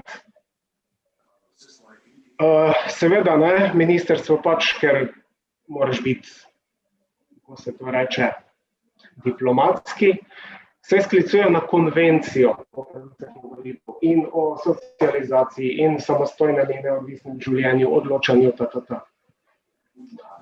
Zdaj pa nekdo razloži, kako bo uporabnik, ki je bil mogoče prej celo upravičen do družinskega pomočnika, ima zakonitega zastopnika, mamo, ta mama je tudi osebni asistent, poleg tega osebni asistent še njen brat, pa mogoče mlajši brat ali kakorkoli, ne. Zdaj se pravi, s tem zakonom bomo ta dva brata izključili, ampak ta konvencija, ki jo upevajo, še vedno do tega invalidnega človeka ne bo prišla, oziroma ne bo imela nobenega vpliva. Zato se mi zdi edino smiselno, da potem ta konvencija, če jo že omenjajo, je treba uresničiti na ta način, da se dejansko potem tretja oseba vključi kot osebni asistent. Moj predlog pravim je bil, da bi mogla biti dva asistenta najprej, pa potem tretji družinski član. Zdaj na skupnosti centrov včeraj smo nekako malo sem popustil, tako da je predlog koordinatorjev, da je to en družinski član, ki je zunanji. Po tistem zunanjem pa se lahko vključijo še drugi. Branko, bi lahko končal včasih, da še drugi? Ja, v bistvu to so itak ti osnovni predlogi, se pravi, res zelo temeljito, dajmo res reči kaj o tem, odzivi so že bili, o tem, a smo samo senzorni ali še kaj drugega. Mimogrede še samo to, ne. Kolikor se jaz spomnim, 2010 je bil takrat v osebni asistenci nekak poudarek pri slepih samo na spremstvu. To zdaj, če to kupite, pol žalostno. Dejstvo je pa, da je pa potreben razmislek in kot rečeno, pol teh vstopnih pragov in tega ne je bilo potrebno, da je vsaj neke kapacitete pa pri posamezniku potrebne, da je sploh lahko upravičen do osebne asistence. Toliko z moje strani za enkrat.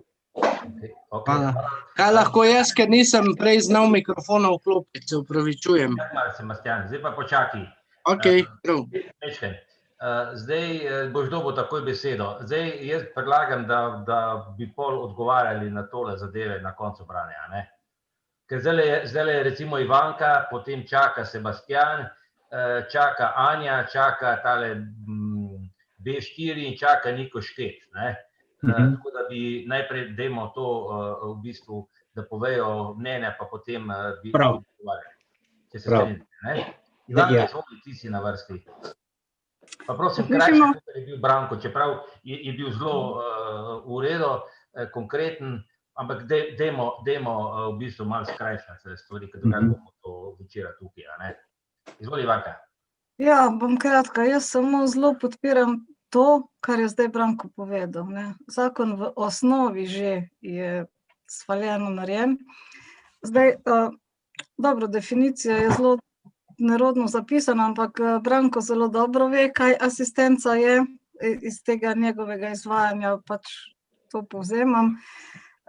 Ampak pa tudi namen zakona je zapisan tako, da govori o neodvisnem življenju, o samostojnosti in to, ampak vsebina je pa čist mimo, ker jaz pravzaprav delam kot izvajalka, mislim kot strokovni vodja izvajanja, sem uporabnica asistence, že dolgo, tudi prej, ko še zakona ni bilo. Poleg tega sem tudi v tej,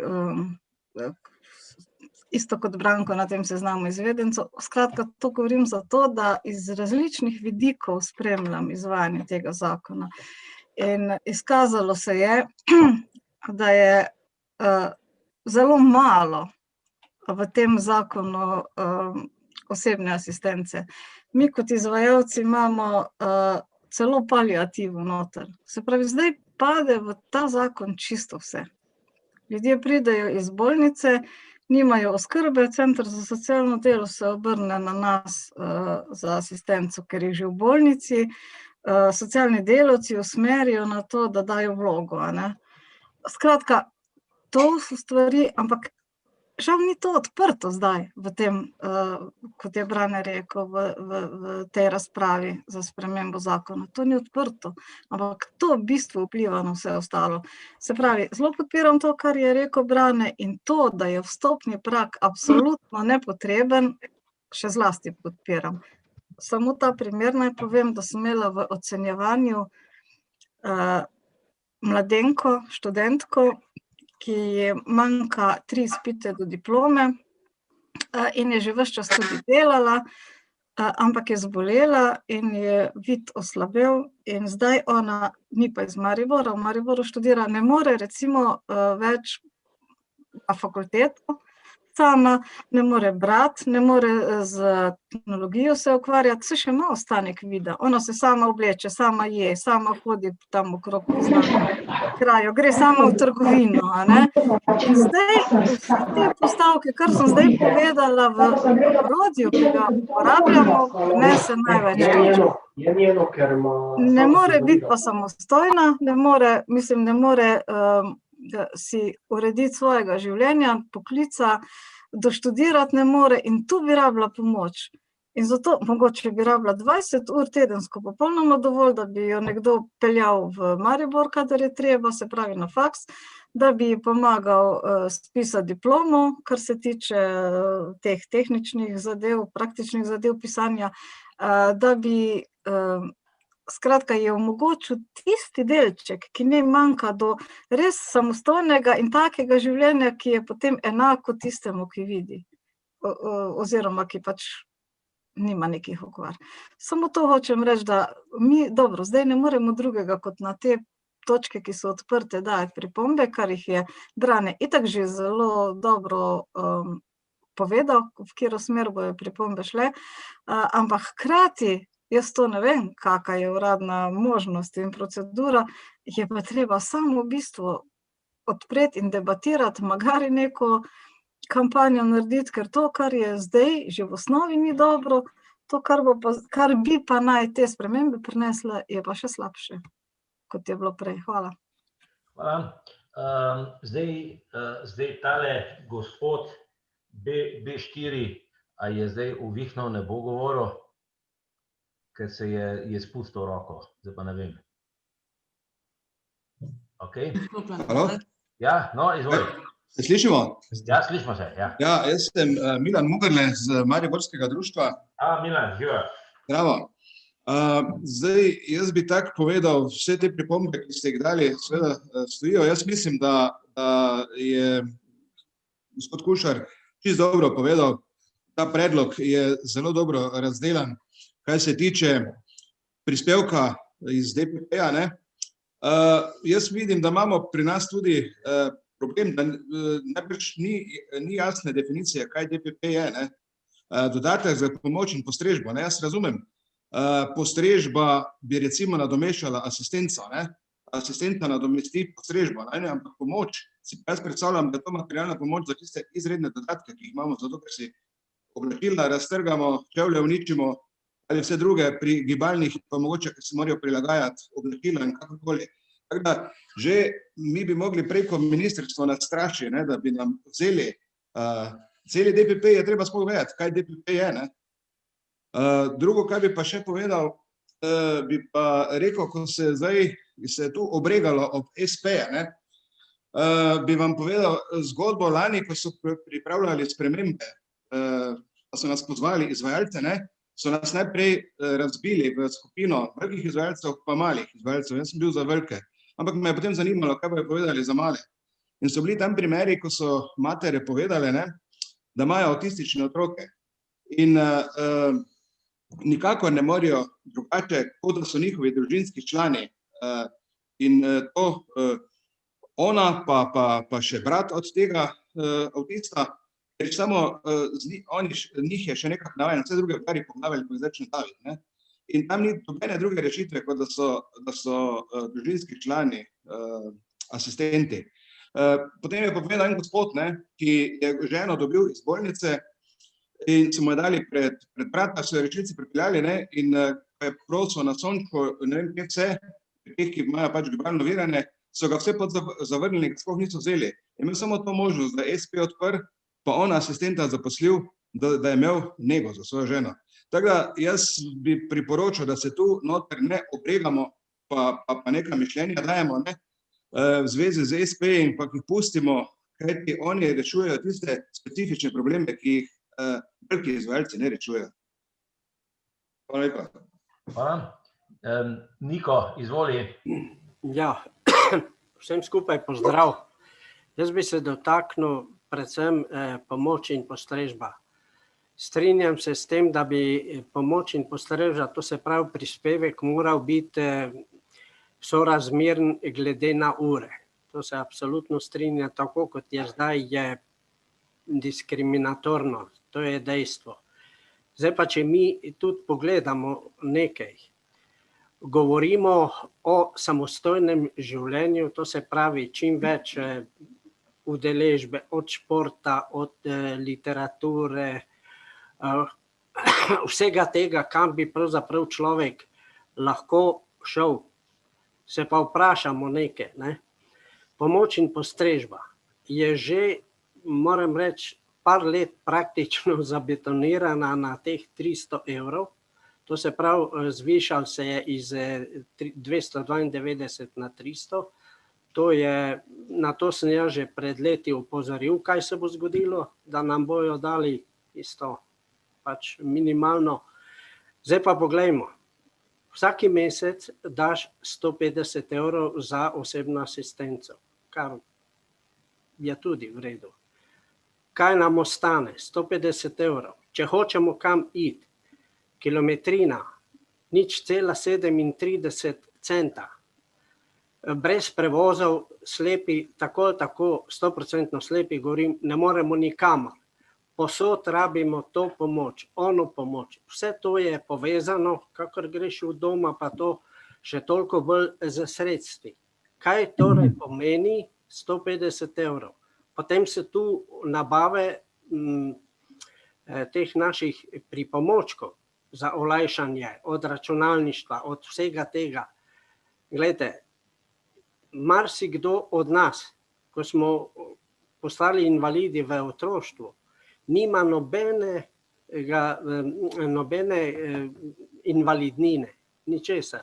V bistvu kot invalid, 100% recimo slep, dobiš teh 300 evrov in to si potem misli, koliko lahko dejansko si privoščiš od koncertov, ono tretjo, vse okrog. To vse stane, nič ni zastonj.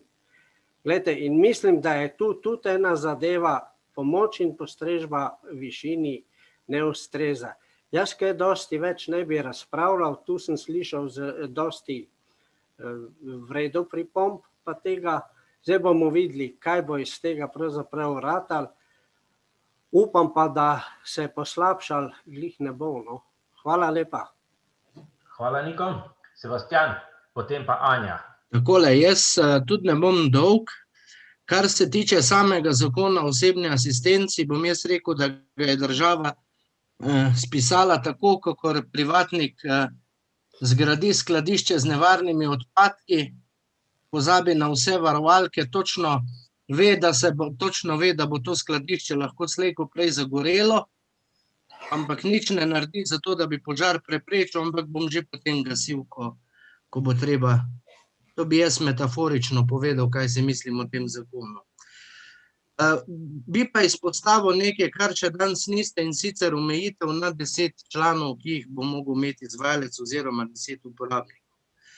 Jaz mislim, da ta člen ni human, tudi do tistih manjših izvajalcev ne, ki so mogoče zelo dobri, pa bodo kar naenkrat prisiljeni zapreti, se pravi postaviti dejansko tudi delavce, tudi strokovne sodelavce, ki se zelo težko dobijo, kajti redki so ljudje s strokovnim izpitom, ki lahko upravljajo vlogo strokovnega sodelavca. Jih bojo dejansko dolžni postaviti na cesto, ker pač ne bojo mogli več zagotavljati 10 uporabnikov, število uporabnikov, tako kot število asistentov. Prej je Karolina rekla, da nam ne more povedati natančnega števila asistentov, ker to niha. Ravno tako je pa tudi za uporabniki, čeprav pač malo manj niha, ampak vseeno temu bi se jaz uprl, zaradi tega, ker mislim, da bo prišlo tudi tu do nelojalne konkurence, da se kar naenkrat ne bo več ukvarjalo s tem, kaj je kvaliteta, ampak samo kako priditi še do tistih dodatnih uporabnikov, da boš lahko preživel, in to bo ne boj mesarsko klanje, kar ni v redu, ker namesto, da bi se izvajalci povezovali, pa si pomagali, si bojo še bolj v hrbet skakali. Kar pa tudi ni v redu, je pa, da se določene zveze pa društva s temi ukrepi privilegira. Kajti, če smo rekli, da so SP izkoriščali ta zakon za preživetje, čeprav jaz ne vem, kako so ga lahko izkoriščali, ker je jasno, da si dobička niso smeli nakazovati kot osebni dohodek. Ravno tako lahko neko društvo, neka zveza, kdorkoli izkorišča tisti preseženi dobiček, se pravi, si izplačuje, ne vem, stroške delovanja, elektriko, vodo, ne vem kaj še, na drugi strani pa ostane v proračunu tisto, kar bi sicer porabila za te stroške. Kratka, tudi društva pa zveze niso imune na to, da bi to izkoriščale ravno tako kot SP in ne. Pa če samo DPP naj omenim, ja, nesorazmerno je, kako se ga plačuje. Je pa res, da ta izvajalec, ki ga imam jaz, je šel toliko na roko, da ta DPP, ki ga ti daš, vsaj delno ti pripomore k olajšanju, namreč on iz tega DPP-ja, ki ga pač jaz plačam, tisti del DPP-ja 150 €, redno mesečno krije asistentu do 400 kilometrov, ki jih opravi za tebe. Se pravi, če te pelje nekam, kaj vem kam, tiste kilometre, ki mu bi sam plačal, do 400 kilometrov krije izvajalec. Kar se mi zdi resnično fair, mislim, da je tudi edini, ki to počne od vseh izvajalcev. To je res fair. Kar nadaljuj, prosti. In mislim, da če že ne moramo zagotoviti, da se pač DPP tako nesorazmerno more dajati, bi pač mogoče res izvajalci lahko pomisli tudi na kaj takega, da ima slepko dati z DPP vse občutek, da je ta res koristno uporabljen, ne da se, tako kot ste vi rekli, potem kopičijo zaloge denarja in se more potem tisti denar ravno tako vračati od DPP-ja državi, kot pa tisti, ki ga niso od države ponudili. Upam, da sem bil dovolj razumljiv. Hvala. Hvala, Sebastian. Anja je bila pridna punčka, pa si zdaj ti na vrsti. Izvoli, ko boš pa Mitja še ti dobil besedo.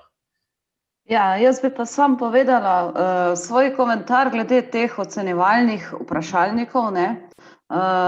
To jaz sem bila zelo razočarana, ker se v to nobeden ni bilo nobenega predloga o spremembah, ali sem pa jaz pač narobe razumela, ampak da nekdo recimo konkretna moja komisija, ki je prišla k meni domov, one dve sta sedeli za mizo, jaz pa na kavču in me je vprašala, a lahko sedite. Pa me je videla, da sedim, recimo, a ne.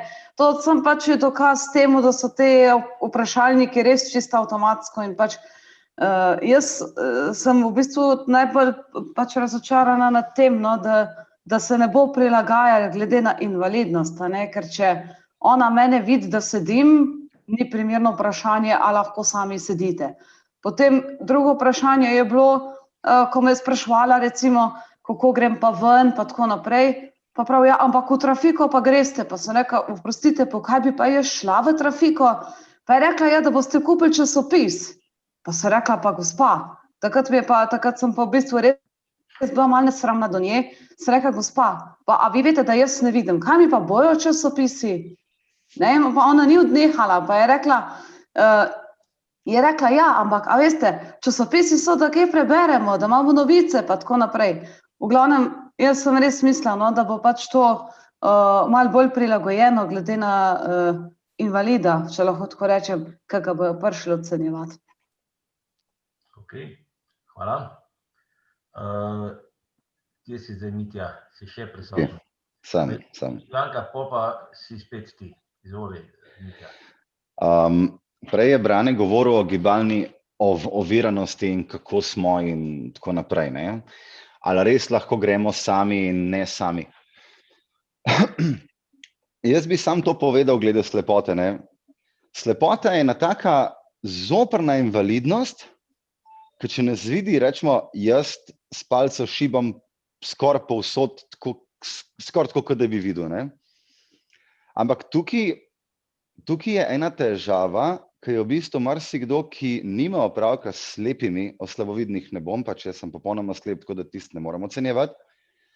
Ampak nekdo, ki nima od vsega začetka opravka z nekim slepim, si sploh ne predstavlja, koliko enih ur je dejansko potrebno, da se neke poti naučimo, ne? Nam naj samo nek količek prestavijo, nek kanal odprejo, nekaj na novo zgradijo, pa je konc, ne?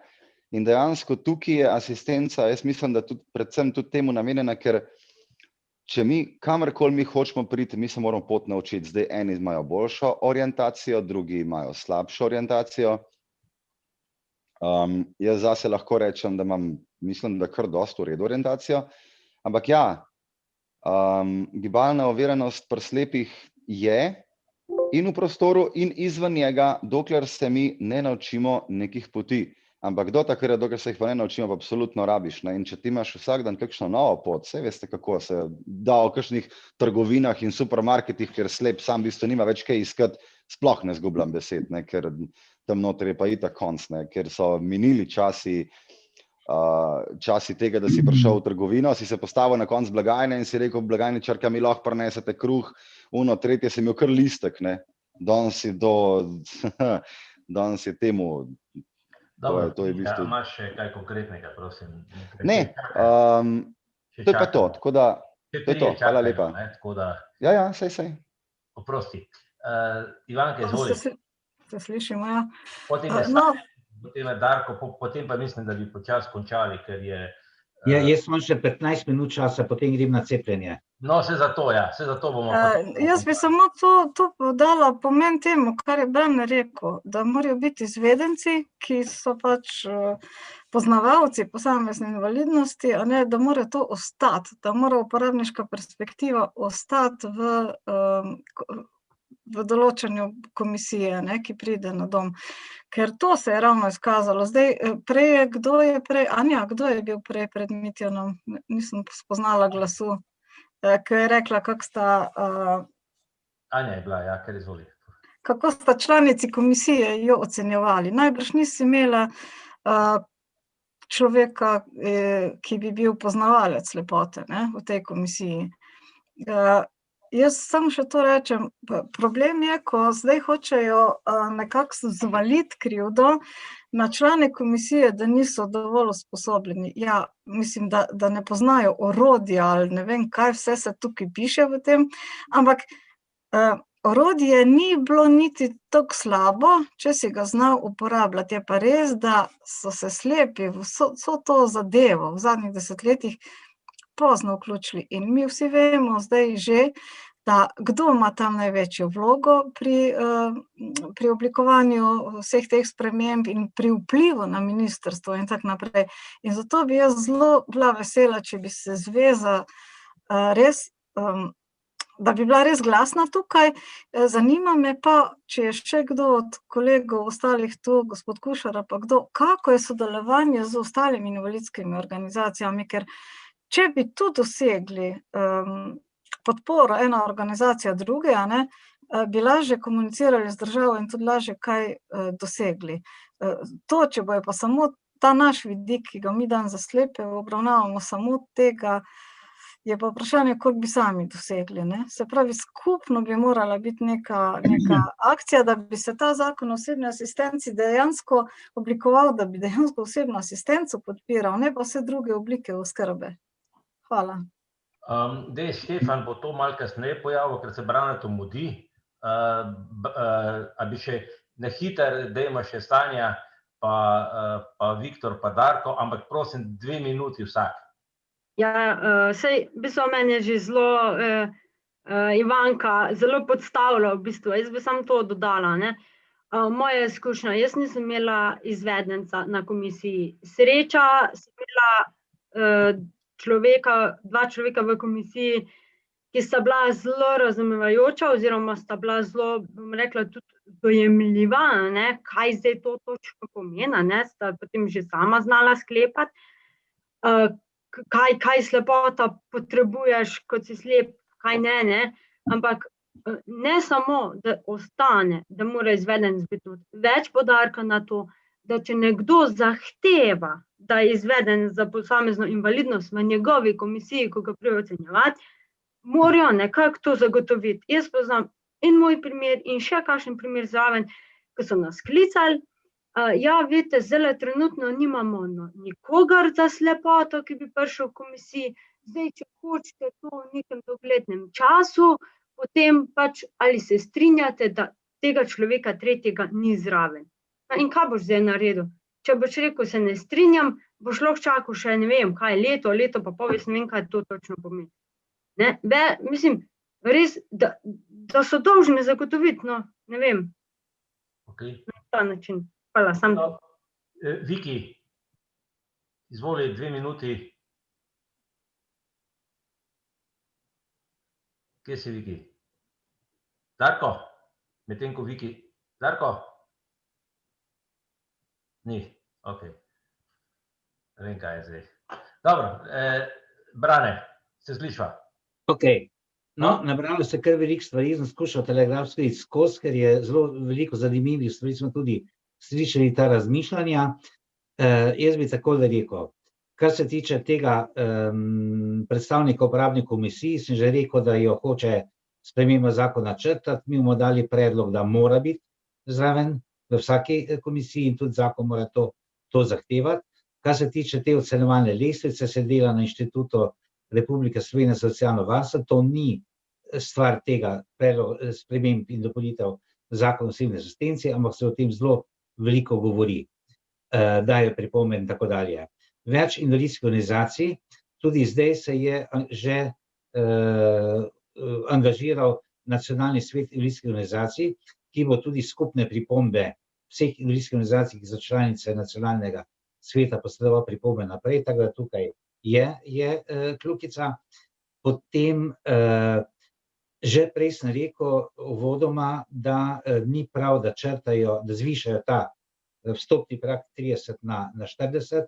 Povedal sem, kak je bilo prej do 10 ur, da je bilo veliko bolje urejeno. Jaz se s tem absolutno strinjam, da ni tega vstopnega praga in da so drugi načini, da bi zmanjšali število uporabnikov, med drugim je pa to tisto, v večini primerov 24 ur na dan in pa tudi, ko prej Milan rekel, nego žene, tu gre za dolgotrajno oskrbo.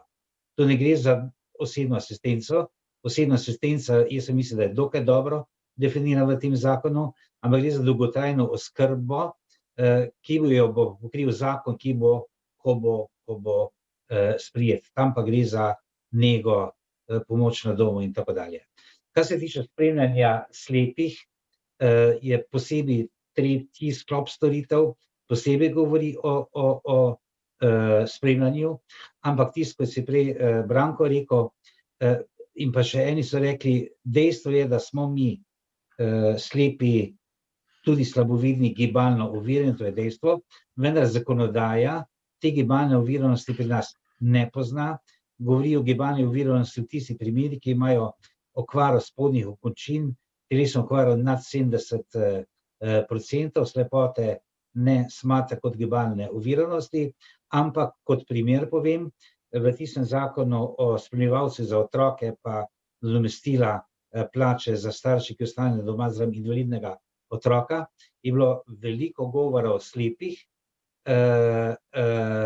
ampak ker nas zakon ni prepoznal kot gibalno ovirane, je za nas uporabil termin funkcionalno gibalno ovirani, ne, tako da so en izraz pač umetno našli, ker so pa zajeli tudi slepe noter in priznali gibalno oviranost slepih otrok. Nekaj bi še vseeno moral pa omeniti dodatkov za pomoč in postrežbo, to so bila različna stališča. Dejstvo je naslednje, da dodatek za pomoč in postrežbo, kot je opredeljen in je dokaj jasno opredeljen, ni socialni transfer. Z njim ne hodimo v gledališča, ne kupujemo si kart za koncerte in ne vem kaj vse, ampak dodatek za pomoč in postrežbo je namenjen tistim invalidom, ki potrebujejo pomoč tretje osebe. In kot pomoč tretje osebe, tistim, ki to potrebujejo, je namenjen ta socialni, dodatek za pomoč in postrežbo. Dalo bi se res z njim veliko govoriti, tudi tisto, kar si Niko rekel, absolutno je premajhen, če primerjamo z DPP-jem civilnih in vojaških invalidov, ki so enako slepi in tako dalje, to je ena posebna dolga tema, vendar to ni predmet teh sprememb in dopolnitev, je pa res, da je daleč prenizek. Mi sami, naj še to opozorim, da ti državni oblastniki, da to pogojno rečem, zelo radi slišijo, če mi rečemo, da ker imamo nizke dohodke, nizke penzije, nam še kako prav pride, da dodatek za pomoč in postrežbo. En je celo enkrat naravnost rekel, da če boste vi veliko poudarjali, da potrebujete kot socialni korektiv, vam ga bomo ukinili, ker po definiciji dodatek za pomoč in postrežbo ni socialni korektiv, namenjen je za pomoč druge osebe. Bi še kaj bilo mogoče, da sem kaj pozabil pokomentirati? No, za SP-je, ko je Milan govoril, ne, ali pa vsebino, oziroma ti dvig 5 na 10, to jaz niti ne bi komentiral, ne, ampak pri SP-jih je pa dejansko so profitabilni in tako dalje, in pa tu je bilo preveč tekle, so sigurno primere, ko je SP zelo prav prišel, ampak pri večini primerov pa ni, je bilo pa obratno. Ok, bomo končali. Štefan bo imel zaključno besedo. Viki bi še rad, ker vem, da se Branete že mudi, tako da Viki, če imaš kaj še hitro. Pozdrav, če se slišimo. Ja, dajmo hitro. Ja, saj mogoče samo 2 komentarja na hitro.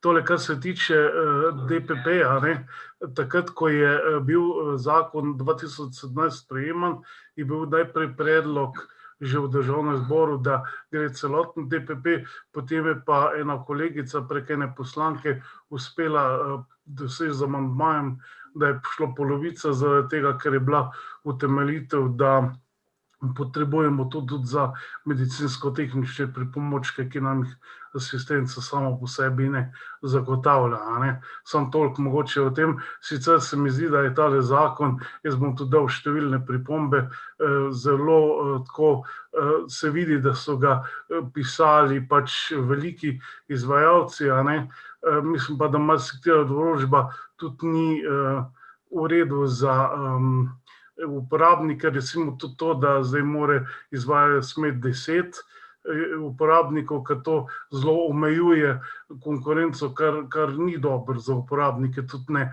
No, ampak se bi lahko še veliko govoril, bi pa vprašal samo to, če mi lahko mogoče pojasni. Veliko se je govorilo o tem, da bi naj bilo zdaj nekaj prenovljeno to ocenjevalno orodje, ne? Pa me zanima, kako je s tem, če kdo ve. Hvala, toliko. Lahko jaz takoj odgovorim še. Na cepljenje grem proti covidu, če koga zanima. Sem prišel v špil. Se govori o spremembah oziroma dopolnitvah, popravkih te ocenjevalne lestvice ZOJA. Ta je bila vzeta kot nemška, popolnoma neprilagojena za naše razmere in se je dejansko pokazalo, da ni ta prava, da je potrebno urediti, na tem se dela in pa ravno zaradi tega, da ne bi prihajalo do toliko razlik med različnimi temi komisijami, ki pride na dom. Tudi danes ste kar veliko govorili o dobrih in slabih primerih takih komisij, da bi se to poenotilo, da bi imeli enako znanje in dobro znanje, je predvideno, da bi bil sedež teh komisij, teh izvedencev na Inštitutu za socialno varstvo, ki tudi dela na tele ocenjevalni lestvici in da bi inštitut tudi usposabljal te člane socialnih komisij, da bi skratka to prišlo na en višji in te pravi nivo. Ok, Brane, zdaj koliko še imaš časa? Ivanka še nekaj roko dvignala, pa bi, mislim, res bi končali, no, jaz mislim, da zadeva traja, zdaj že to, ura je, praktično traja že skoraj 2 uri, tako da jaz mislim, da končamo. Jaz bi samo to bi dodala, ko je Viki dal vprašanje, ja, to, kar je Brane rekel, je delno res, ampak že zdaj nas je inštitut usposabljal.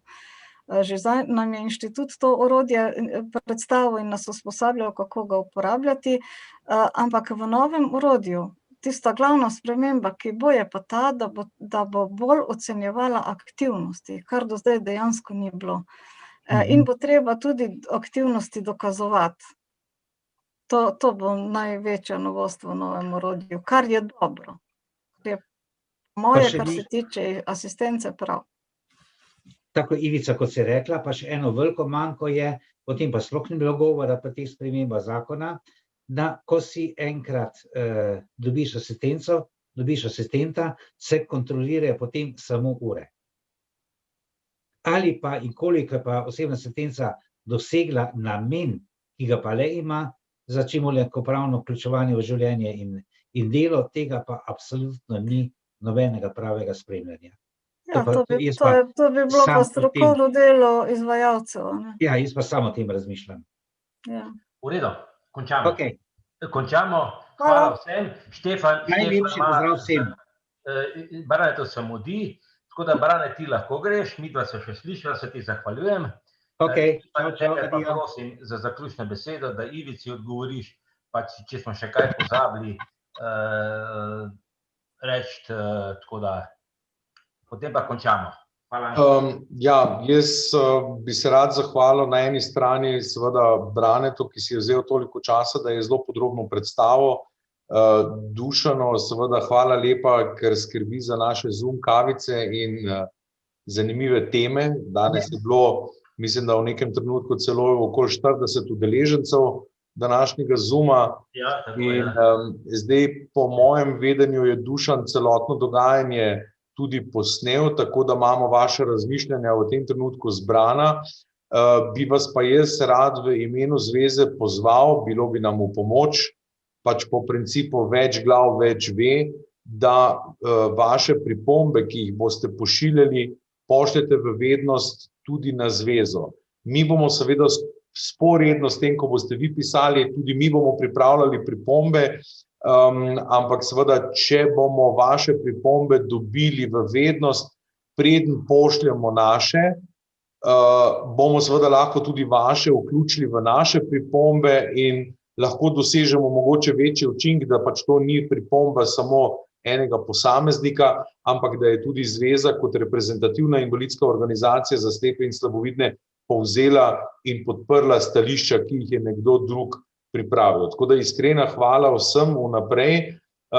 Gospa Kotnik, jaz vem, da kot ekspertna sodelavka v strokovnih komisijah opravljate izredno pomembno nalogo skupaj z ostalimi, ki so določeni kot strokovnjaki za članstvo v komisiji.